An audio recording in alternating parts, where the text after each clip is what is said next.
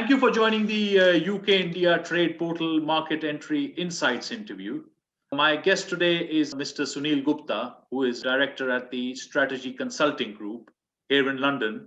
And he has over 30 years experience in accounting and tax planning, advisory services, export consulting, and inward investment into the UK. And today, we're going to talk about how Sunil and his team can enable Indian companies to set up and navigate the EU and UK markets. So Sunil, thank you very much for joining us. And I'm sure our viewers will find your insight very valuable. Thanks for having me, Ravinder. Excellent.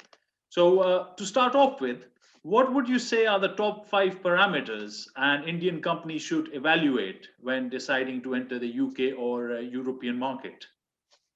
Ravinder, this is an extremely interesting question, and I've been asked this several times in the last 10 or 11 months, ever since the pandemic struck. But if somebody had asked me this question 5 years ago, my answer would have been very different compared to what's happening right now. I mean, 5 years ago, I would have typically said, do a market feasibility, do a technical feasibility, and do an assessment of the financial feasibility before looking at the routes to market, et cetera, et cetera. So the typical vanilla sort of market studies you do before you get into a market. But 2021 has changed a lot of that. And what's required today is ownership. And when I say ownership, I mean ownership of the product, ownership of the customer, and ownership of the route to market. Because what's important is to understand how your product is going to fare with your desired customer and in the model by which you enter these markets. I'll just take a minute to explain these 3 concepts because it's important at this stage. When I say ownership of product, it means to understand whether your product is actually part of a larger basket of products or whether it's a product which has the ability to succeed on its own. Like for instance, an iPhone. An iPhone doesn't need to be in a hypermarket. An iPhone is successful on its own as well.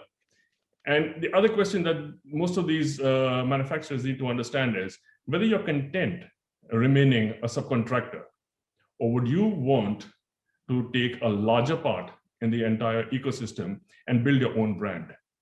Because in the end, your buyer can just as easily replace you with someone else, like he replaced someone else with you. So these are conversations that businesses in India have to start having now if they want to understand how they want to get into the UK, European markets, or for any market for that matter right now. The second thing is ownership of their customers, ownership of the customer relationships, and ownership of the customer experience. I mean, all along, we've always talked about the cost of customer acquisition. We've spoken about the fact that customer is king. But I think one thing that has changed in the last couple of years is, do we understand what our customer is thinking before he proceeds to buy a product? What are these considerations? I mean, what is it that's going on at the back of our customer's mind? I mean, things like child labor, things like fair trade pricing, things like carbon footprint. I mean, do these ring a bell when it comes to taking a decision when we are entering the market and in terms of how we are promoting our product and ensuring our customer gets the experience that he so desires? So these are things that are extremely important for Indian businesses. The other thing that Indian businesses need to do at this stage is understand whether they want to own the route to market. I mean, it's fine to say that, we've got partners who understand the local market and they can seed those markets for us, but this is our baby. The product is ours. And we are going to live with this product forever, or till we decide, we want to break this product and then rebuild another product for ourselves. So if that's the case, then the important thing is, do we want ownership of the route to market? I mean, let's look at Apple, for instance. One of the questions that a lot of people have asked Steve Jobs in the past is, why did you decide to sell Apple only through your own retail stores? And his stock answer was, I've got a fabulous product. And I want the fabulous product to be accompanied by the customer experience that I believe my customers deserve. And that's the reason why you have a good product combined with a good customer experience and resulting in a fantastic organization today. So that's one of the things I think, that most of the Indian businesses have to start looking into in very great detail right now, especially if they haven't gone into the market. It's important that they take the first step, and they take the first step really well. Could you talk us through the most effective way for an Indian company to execute their market entry strategy into the UK or European market?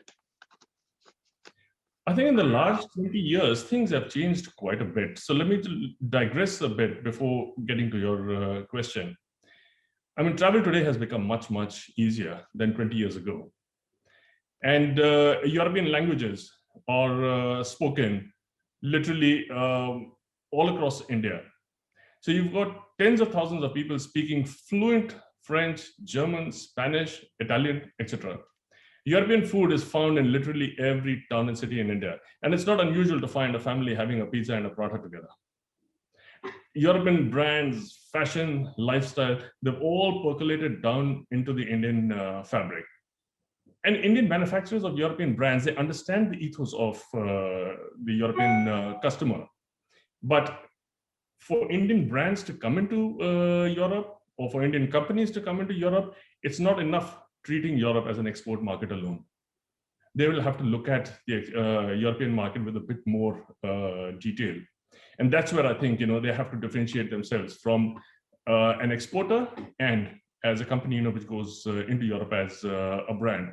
I mean, the Indian companies have the techniques that are required to manufacture a good international quality product. They bring jugaad together really, really well. They do a fantastic job of putting things together. And if they were to combine all of this along with a customer view of the future, I think they'll be able to do a fantastic job. And things like, the things which are important for European customers, if they start investing in understanding those, like for instance, carbon footprint, which I mentioned, I mean, they'll be able to do a fantastic job. I have a very strong feeling that if Indian companies start thinking about these concepts in a little more detail, they'll be able to do a very good job of market entry. For instance, it is not difficult to imagine an Indian business setting up a manufacturing base in Europe. I've just done that for one of the clients who's been in the market for forever. And they've just set up a manufacturing unit in Europe, and they're doing phenomenally well. So I think these are some of the considerations that Indian businesses have to keep in mind when they want to make a successful market entry into Europe. So what is your advice for Indian companies looking to do business in UK or Europe post-Brexit? There's a lot of apprehension. People are asking lots of questions, and Indian companies are concerned that business might become more difficult. What's your view on this? See, there are challenges, and there are going to be more challenges as people start realizing the thought process which went into creating the entire 1,600 odd page document, which is the post-Brexit trade document. I think if you were to broadly divide the businesses, you've got the B2B business and you've got the B2C business. The B2B business comprises of two elements. One is businesses which are already in the UK and Europe, and those that are proposing to be in the UK and Europe. And for businesses which are already here in the market, you've got their existing relationships, either in the form of partnerships with UK companies, which use UK as a gateway to Europe, and those that have pure UK operations and pure European operations. So this is something that these companies have to start having conversations about, whether they want to be in the same relationships or they want to split those relationships between UK and Europe, because a lot of the UK businesses have invested heavily in marketing into Europe in the past, simply because, again, language, English, is very well spoken in India, and those relationships have been there for a long time. And that's the reason why most Indian companies have used UK as a gateway to Europe. So that's a conversation businesses have to have. And for businesses which haven't come into UK and Europe at the moment, I think for them, everything is a blue sky. So start looking at whether you want to enter into partnerships in UK or whether you want separate partnerships for UK and for Europe, and whether you want to enter these markets on your own or with some sort of existing businesses. So that's a very, very important consideration. And once that has been sorted, I think the road after that is very, very simple. It's not very complicated. When it comes to the B2C business, again, you've got businesses who are already exporting from India, and those which propose to export from India. But yes, the regulations around B2C are quite onerous at the moment. It's a difficult space to be in, but I can tell you that we've got all the resources at SCG, and we can help you from day one, whether you want to export one football or you want to send in a ton of football into Europe or the UK. We can help you navigate that entire process. So we've got all the service lines ready for you. So anybody who's looking at taking a decision to get into Europe or the UK post-Brexit, all they have to do is to just refer to our website and click on the tab which says Brexit, and it'll tell you where exactly you stand and what you have to do to get into UK and the Europe. And we are just a call away, so that's not a problem. You mentioned you worked with a lot of Indian companies and you've helped them set up and achieve success in UK and Europe. What would you say have been the greatest success stories for Strategy Consulting Group? I think just in the last 10 months, I have probably received the maximum number of inquiries from India. And that probably is because of the conversations going around Brexit. And we've been able to do a fairly good job with them. And we are working from a complete business perspective for clients out of India. So we're doing the regular market feasibilities and vanilla technical and financial feasibilities, helping them partner with clients over here. But I think the bigger project that we're doing for Indian companies is helping them to set up either their businesses here in the UK or in Europe, helping them with their tax compliance, which I think is huge. So companies which want to export into Europe, we're actually helping them to set up their businesses in the UK and then, or in Europe, and then export, make sure that the VAT and their import duties and all their local taxation requirements are taken into account. And the best story I have on, the success story I have on this is a sock manufacturer out of India. He's been in the business for a long, long time. And because of the pandemic, all of a sudden his order book started to deplete. And that's because he had his minimum order quantity set quite high. And because of that, he had to have a customer of a sizable, scale. And he came to us asking us for advice on how to manage, in these new times. And we asked him if he could reduce his minimum order quantities. And we had so much of a conversation around that it reached a stage where we were just debating numbers. So he would come back and say, I need 1,000 pairs. And we would tell him, no, forget about 1,000 pairs, look at 20 pairs. So eventually we decided that the minimum order quantity had to come down from 250 pairs per style per size to 20 pairs a style a size. Right. He's now set up his business in Europe. So he's manufacturing in Europe. His minimum order quantity is 20 pairs a style per size.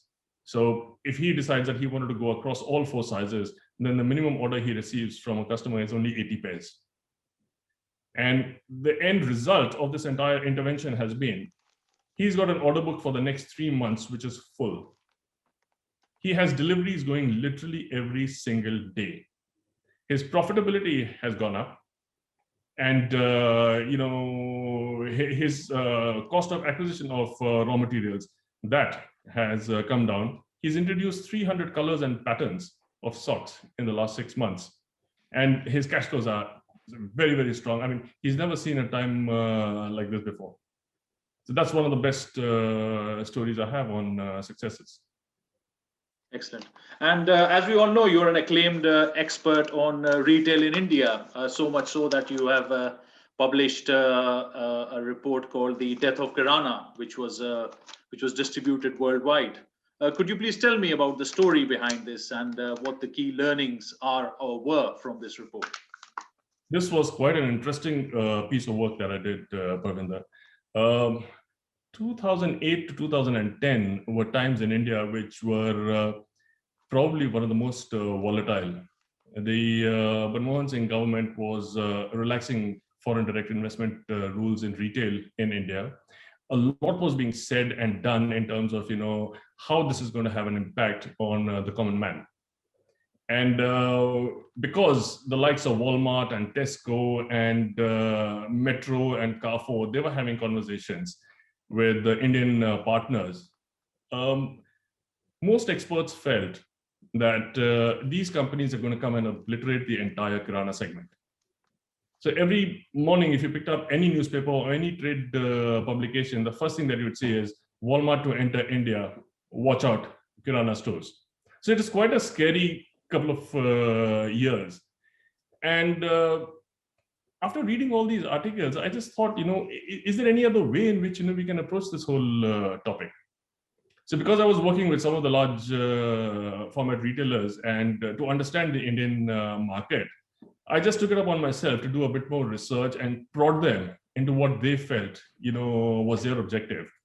And so I said, okay, instead of saying you're going to come and obliterate the entire Kirana, let us rephrase the question and say, how are you going to help the Kirana in India? So that changed the dynamics of the conversation completely. And then I had an opportunity to actually spend time in India to study the whole landscape of the sector. I spent 2 years meeting up with customers, meeting up with the Kirana stores, meeting up with FMCG companies, met up with the small SME segment companies which were processing food for the Kirana segment. So I met a lot of those people, and I already had the information from all these large format retailers. And then I met some of the large format retailers from India, the likes of Future Group, just to try and get an understanding of how this entire segment would work.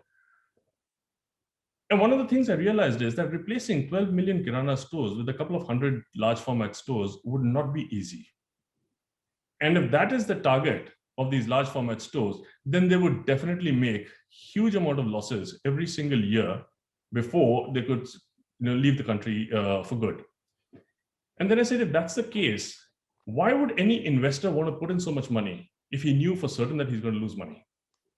And then I started asking all of these retailers a very different set of questions. And one of the first few questions I asked them was, I said, is there a way in which you can actually work alongside the Kirana?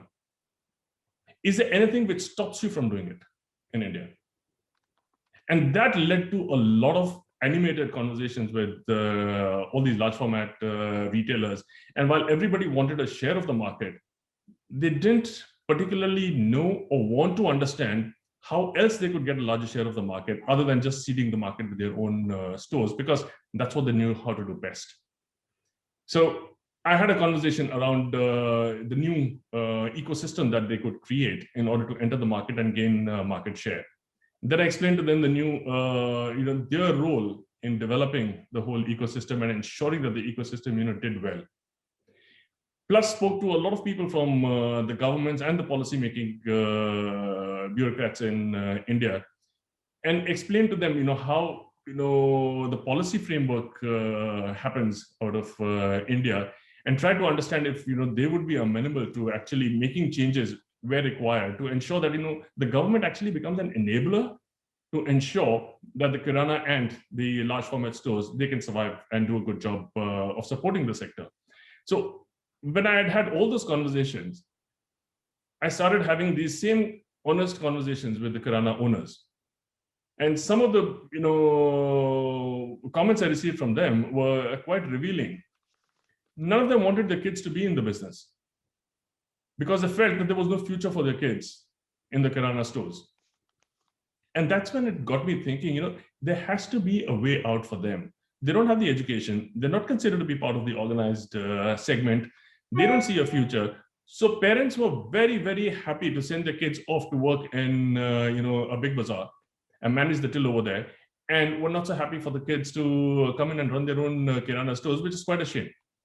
I mean, India is a land of retailers, and every nook and corner you've got Kirana stores. And none of these owners wanted the kids to be in the business because they didn't have the respect. So one day I was actually in Amritsar and just outside a Walmart in Amritsar, and had this fellow, lugging his trailer full of onion. And I asked him, I said, why are you buying onion from Walmart? You should be in the mandi. And something he told me just stuck to my head. He said, sir, I'm buying this from here because if I go to the mandi, it'll take me an hour to pick up my stuff from there. I will then have to come and clean the entire stuff, the entire merchandise that I buy from there, because there's going to be a lot of rotten food over there. And then I have to throw that and then go and sell to my customers.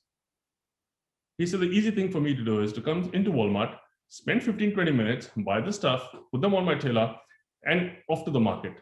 He said, I don't have to do anything else. So he said, that's the biggest advantage. Yes, I do pay a little more, but the advantage I get at the end of the day is fantastic. So that's the reason why I'm here.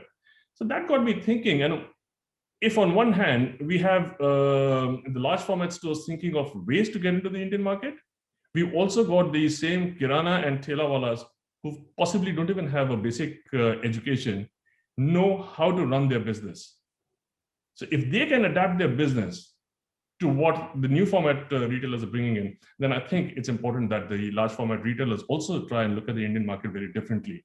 And that's how Death of Kirana was conceived.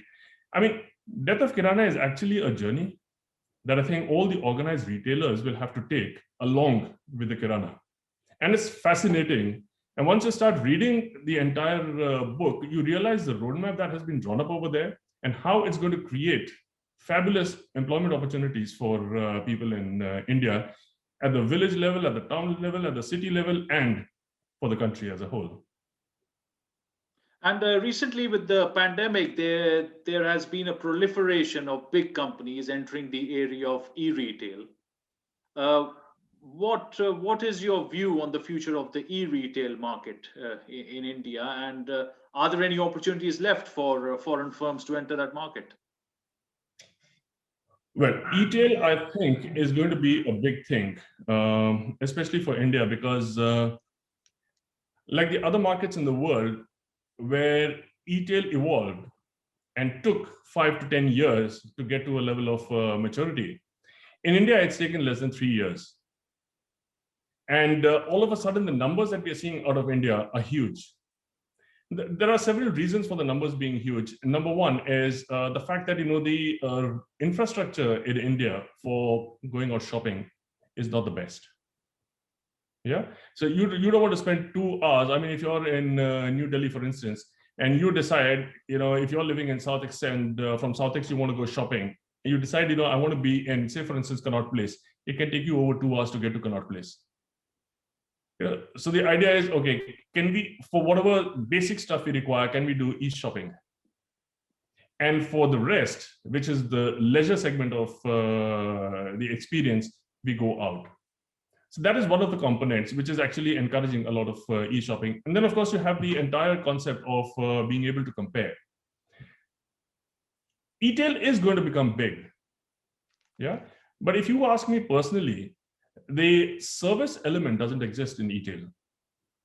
And that is what is going to drive customers back into retail.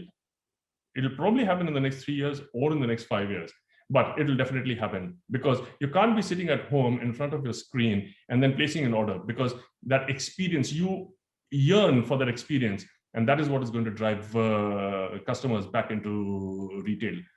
And you'll never get that in your office, sitting behind your desk and placing an order for a pair of trousers or for a shirt or for a pair of shoes, and then expecting the shoes to come home and then not fitting you, which is very common. I've been in this sector for a very long time, and I can tell you it's a nightmare buying online. So that's my feel on e-tail. But there are going to be lots and lots of new concepts on e-tail which are going to come into the market, and they are going to have an impact. So standardized product, that's where I think e-tail is going to become big, where you don't need to hold a product. Books, for instance, they do well. Sports equipment, standardized sports equipment, they'll do well. And there are lots of concepts which I'm working on right now, where we are helping our clients understand how to get into the e-tail market in India and how to do a really good job over there. So we are creating these, marketplaces across various segments, because we've only got Amazon, we've got Flipkart, and we've got some of those marketplaces in India. But there are industry-specific marketplaces that I'm working on at the moment. Those, I think, should be able to do a good piece of work. So you don't want to look at batteries when your interest is in looking at sports equipment. So that I think is what's going to happen in terms of retail. And European businesses are going to benefit a lot from that. But I think the bigger customer who's going to benefit is the Indian customer in India. So you will have a lot of Indian companies manufacturing product in partnership with, or brand alliances with overseas companies to sell those products in India. And that is such a huge market on its own that, you know, it could completely baffle us. I might be completely wrong on this, but I have a feeling that, you know, this is how it's going to pan out in the future. And finally, do you have any examples where conventional street smart wisdom has defied in-depth market intelligence reports? Oh, I mean, the pandemic is replete with case studies of businesses which were famously making a lot of money, going down the tube in less than 3 weeks. I mean, I had one case where in less than 3 weeks, the business had literally to fold up. And they'd done all the market research, they had done everything that was required, the product was good, and they were asked to sell on one of the biggest marketplaces in the world. And they secured their selling rights on the marketplace. They did very good, a couple of million pounds worth of business every year. And come April 2020, they had zero business. And when they met me, the concern was, what do we do? And my question to them was very simple. I mean, you know, you've got such a small product range, and your sector is so specific, and your marketplace is so specific. Can you give me one reason for it? And the reason they gave me was that, you know, this was an easy win opportunity, low-hanging fruit. So we just continued on this line. And all the reports said that you've got millions of people looking for this product online. So if you are here, I mean, you'll be able to make money. Without realizing that, you know, in the process in the last 3 or 4 years that they've been in business, they neither created a product range. They had 4 products, nor did they diversify into other channels of distribution. They had just one marketplace channel because that was the biggest. So they thought this was the best thing for us to do. And when the pandemic struck, they just couldn't sell on the channel because nobody was buying the product anymore. And because they hadn't diversified and they were too focused on that one range of products, they really lost out on the market. They're still trying to recover, but we are helping them to broad base the entire product range. So from 4 products, we've gone up to about 20 products. And in the next 3 or 4 months, you know, we'll possibly be coming out with a range which consists of 60 or 70 products with several variations. And then we are helping them launch on a much wider scale instead of just being on marketplaces where predominantly the focus of customers is price. I mean, you don't go looking for a top branded, you know, product on Amazon or eBay. You're looking for something, you know, which is more generic.